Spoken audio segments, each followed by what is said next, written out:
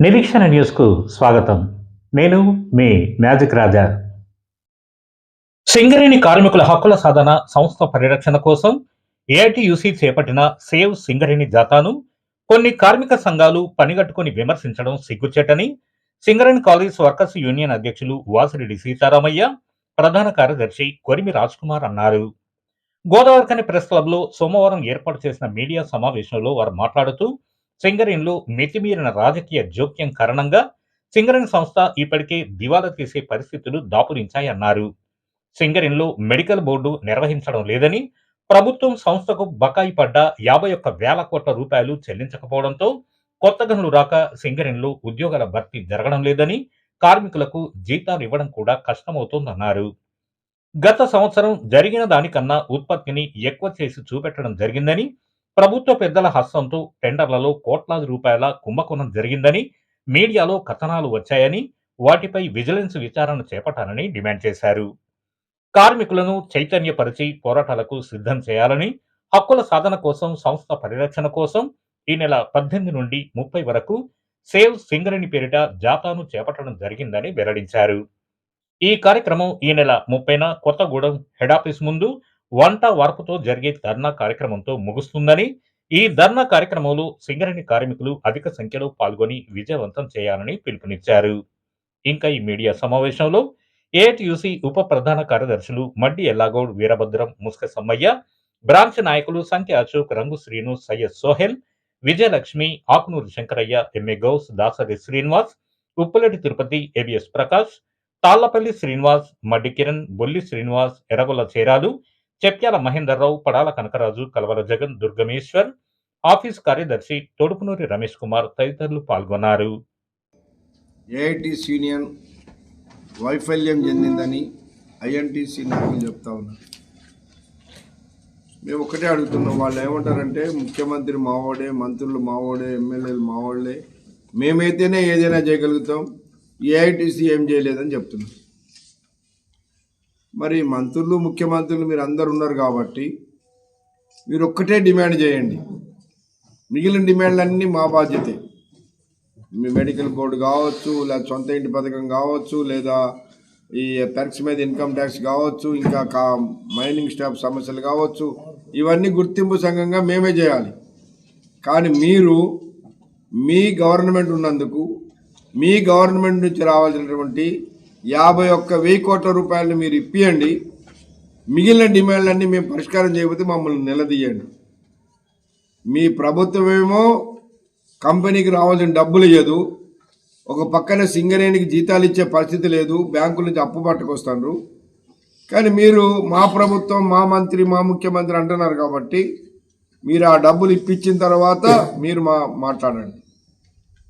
ఇంకా రెండవది, ఇలా సింగరేణిలో ఉన్నటువంటి సమస్యలు, సింగరేణికి వచ్చే ప్రమాదము, ముఖ్యంగా కొత్త మైన్స్ రాకపోవటం. ఇవాళ కొత్త కాదు, దాదాపు 12-13 సంవత్సరాలుగా సింగరేణిలో కొత్త మైన్ రాలేదు.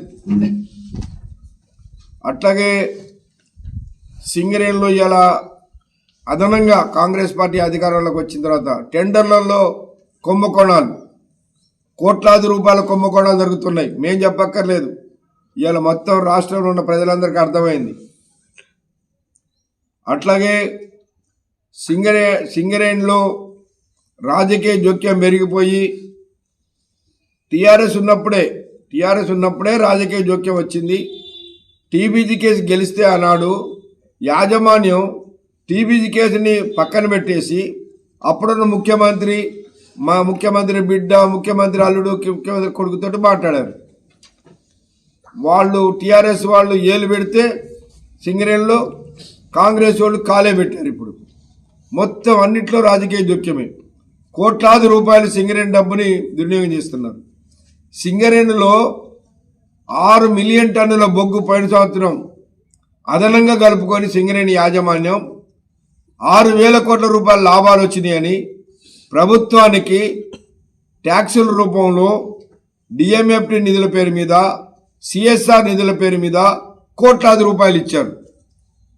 ఇప్పుడు మేనేజ్మెంట్ ఏమంటుంది, పోయిన సంవత్సరం 6 మిలియన్ టన్నులు అదనంగా కలిపినాం కాబట్టి ఈ సంవత్సరం వచ్చిన దాంట్లో తగ్గిస్తామని 70 మిలియన్ టన్నుల టార్గెట్ పెట్టిన కంపెనీ 60 మిలియన్ టన్నులు కుదించుకున్నది. ఎందుకు? పోయిన సంవత్సరం చేసిన తప్పుని ఇప్పుడు దిద్దుతామని చెప్పేసి. మరి పోయిన సంవత్సరం చేసిన తప్పుకి వేలాది కోట్ల రూపాయలు గవర్నమెంట్కి ఇచ్చారు కదా, మరి దీనికి ఎవడు బాధ్యుడవుతారు? ఈ బాధ్యులైన అధికారుల మీద చర్య తీసుకోవాలి కదా, దీని మీద విజిలెన్స్ ఎంక్వైరీ జరపాలి కదా. ఇలా కార్మికుడు ఏదైనా చిన్న తప్పు చేస్తే తెల్లారే విజిలెన్స్ వాళ్ళు ఛార్జ్షీట్లు ఎంక్వైరీలు అంటారు. మరి ఇవాళ 6 మిలియన్ టన్నులు కలిపినటువంటి అధికారులు ఎవరు? కలపమని చెప్పినటువంటి అధికారులు ఎవరు? వాళ్ళ మీద ఎందుకు చర్య తీసుకోరని అడుగుతా ఉన్నాం. కాబట్టి ఇవాళ ఇవన్నిటి మీద కార్మికుల్ని చైతన్యపరచాలని చెప్పేసి మేము ఈ యొక్క జాతా కార్యక్రమాన్ని నిర్వహిస్తూ, అసెంబ్లీ జరుగుతుంది కాబట్టి అసెంబ్లీలో వీటిపైన చర్చ జరగాలని మేము ఈ సందర్భంలో జాతా జరుపుతుంటే, నిజమైన కార్మిక సంఘం అయితే ఏం చేయాలంటే ఎవరైనా కూడా దీనికి సంఘీభావం తెలియపరచాలి, కార్మిక వర్గాన్ని బలోపేతం చేయాలి. కానీ కార్మిక వర్గాన్ని నిర్వీర్యం చేయటం కొరకు, మీ స్వార్థం కొరకు దీని మీద విమర్శలు పెడతారా? ఏమన్నా మా ఏఐటీసీకి ఏదైనా కావాలని వాళ్ళ మేము నిరాదీక్షలు చేస్తున్నావా, లేకపోతే ధర్నాలు చేస్తున్నావా, జాతా జరుపుతున్నావా? కార్మికుల సమస్యలని కార్మికుల వద్దకు తీసుకుపోవాలి, కార్మిక వర్గాన్ని చైతన్యం చేయాలి, పోరాటానికి సిద్ధం చేయాలి.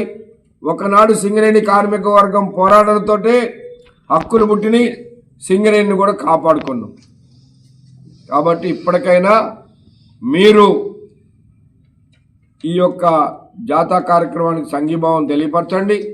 దీని తర్వాత ఏప్రిల్ నెలలో మేము చెప్తూనే ఉన్నాం, ఇప్పటికి కూడా మేనేజ్మెంట్ ప్రభుత్వం దిగిరాకపోతే ఏప్రిల్ నెలలో అన్ని సంఘాల మద్దతు తీసుకొని సమ్మె చేస్తామని చెప్తా ఉన్నాం.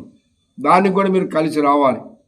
మీరు ఇవాళ కార్మిక సంఘాలు ఒకటొకటి విమర్శలు చేసుకోవడం ద్వారా యాజమాన్యానికి, ప్రభుత్వానికి అవకాశం కలిగిస్తున్నాం, కానీ కార్మిక వర్గానికి మాత్రం నష్టం చేస్తున్నాం.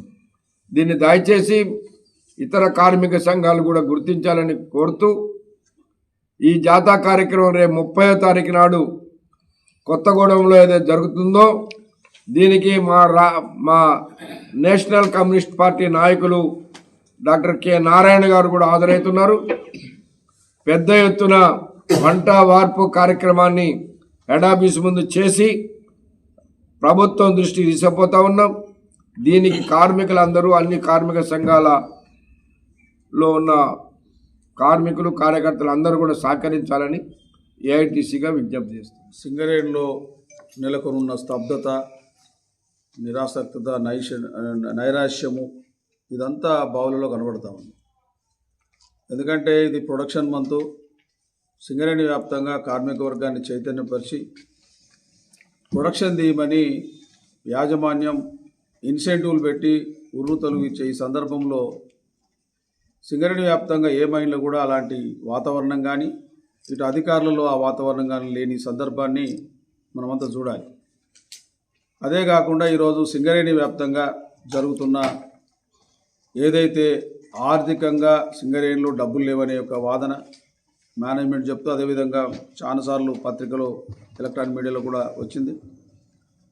అదేవిధంగా నూతన గనులకు సంబంధించి ఇక్కడ చర్చ జరుగుతూ ఉంది. ఎందుకంటే భవిష్యత్తు 40 సంవత్సరాలు పనిచేయాల్సిన కార్మిక వర్గానికి భవిష్యత్తులో కొత్త బ్లాకులు లేవు, కొత్త గనులు వస్తలేవు అని చెప్పే దాంట్లో, అదేవిధంగా ఈ రాజకీయ జోక్యం వల్ల కూడా సింగరేణి ఇబ్బంది పడుతుందని ఈ ప్రధానమైన అంశాలు. అదేవిధంగా సింగరేణికి సంబంధించిన కార్మిక వర్గానికి సంబంధించిన మెడికల్ బోర్డు అయితే మారు పేర్లు, అదే డిస్మిస్ కార్మికుల సమస్య, సొంత ఇంటి పథకం, పెర్క్స్ మీద ఇలాంటి అన్నిటినీ ఈ మేనేజ్మెంట్ అన్నీ ప్రభుత్వం పేరు చెప్తా ఉంది. కాబట్టి వీటన్నిటినీ ప్రజలకు, కార్మిక వర్గానికి వివరించడానికి మేము చేస్తున్న ఈ సింగరేణిని కాపాడుకుందాం అనే పేరు మీద 18 నుంచి ప్రారంభమైంది. ఈరోజు 6వ రోజు 30 వరకు కొత్తగూడెం హెడ్ ఆఫీస్ ముందు అది ముగుస్తుంది.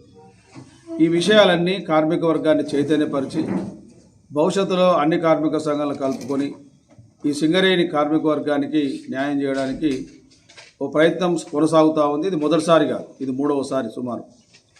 ఆనాడు 92-93లో బీఎఫ్ఆర్లో పోయినప్పుడు సింగరేణిని కేవలం ఏఐటీసీ మాత్రమే ఆ బాధ్యతను భుజానికి ఎత్తుకొని మాకు నిర్దేశించిన ఉత్పత్తి తీస్తే తప్ప ప్రభుత్వ రంగ పరిశ్రమకు రాని పరిస్థితిలో కొమరయ్య గారు ఆనాడు బాయి తిరిగి ఈ యొక్క సింగరేణిని కాపాడడానికి చేసిన ప్రయత్నం ఆనాడు చూడాలి.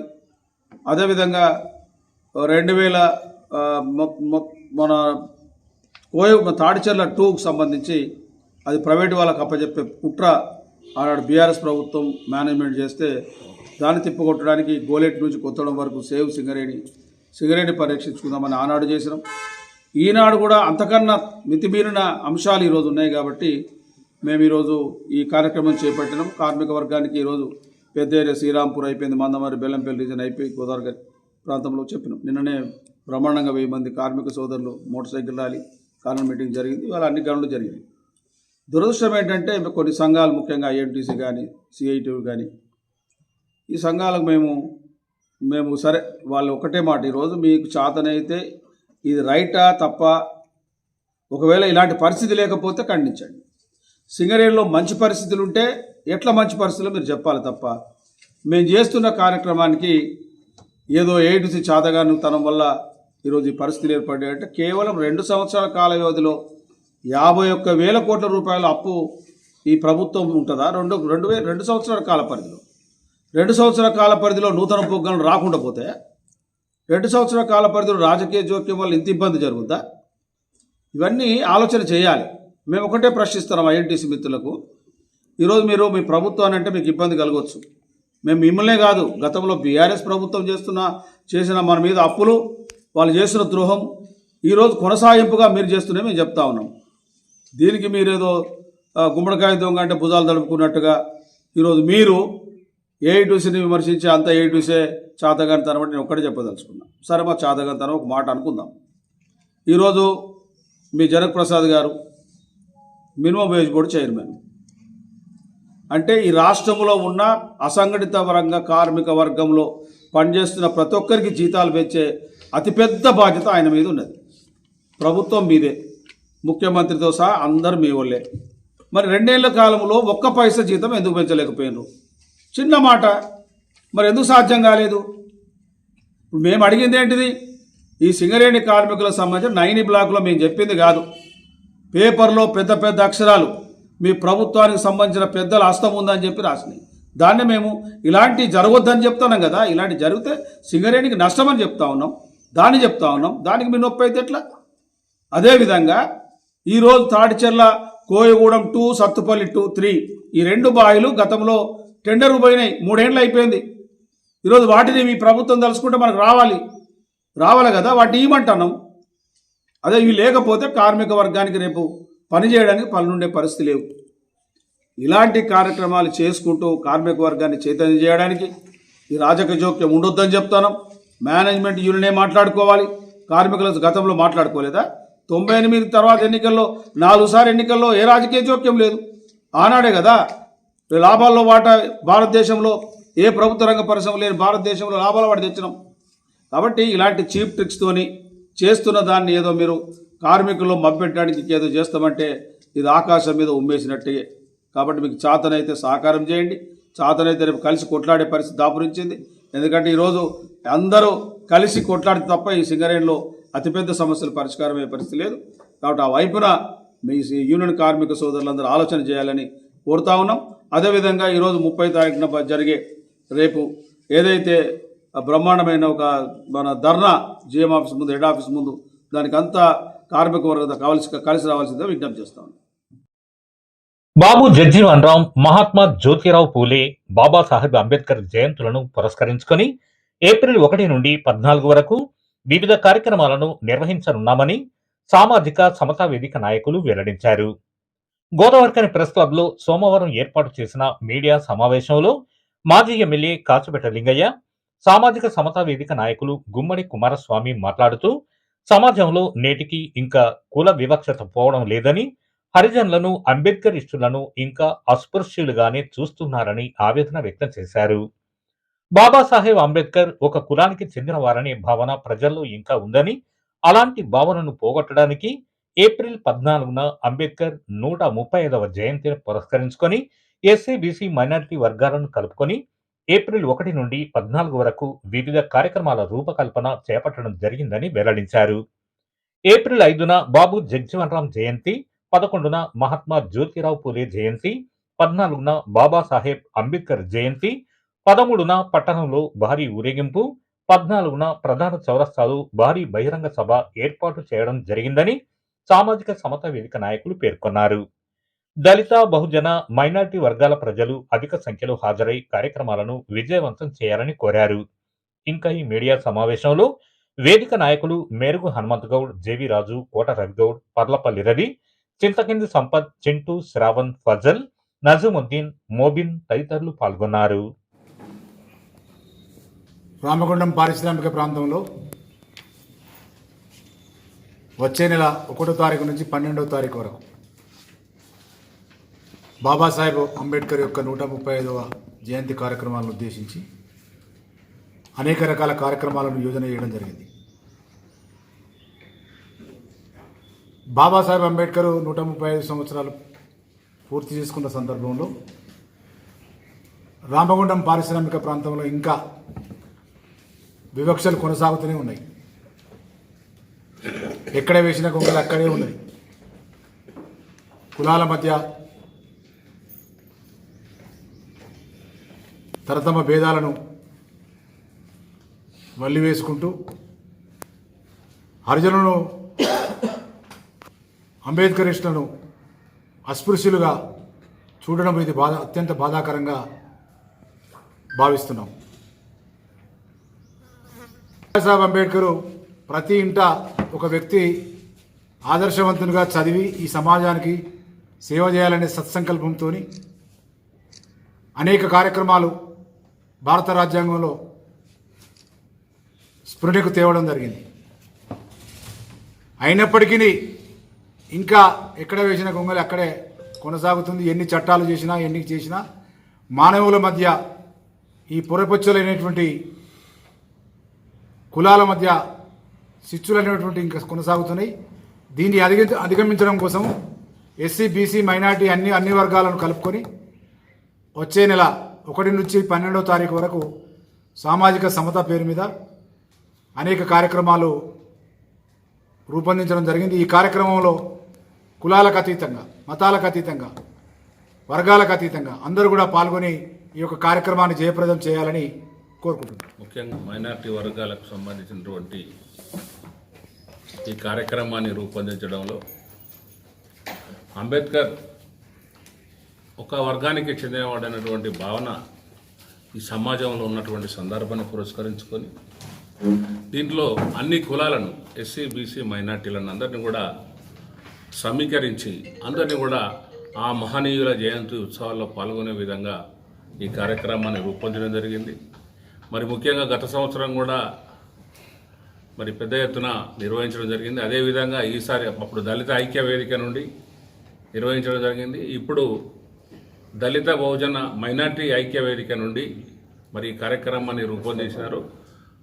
5వ తారీఖు జగ్జీవన్రామ్ పూలే గారిది, 11వ తారీఖు జగ్జీవన్రామ్ గారిది, 11వ తారీఖు పూలే గారిది, 14వ తారీఖు బాబాసాహెబ్ అంబేద్కర్ జయంత్యోత్సవాలను 135వ జన్మదినాన్ని జయంతిని మరి ఘనంగా నిర్వహించి మరి 13వ తారీఖు నాడు ఊరేగింపు, 14వ తారీఖు సాయంత్రం మెయిన్ చౌరస్తాలో గొప్ప బహిరంగ సభ.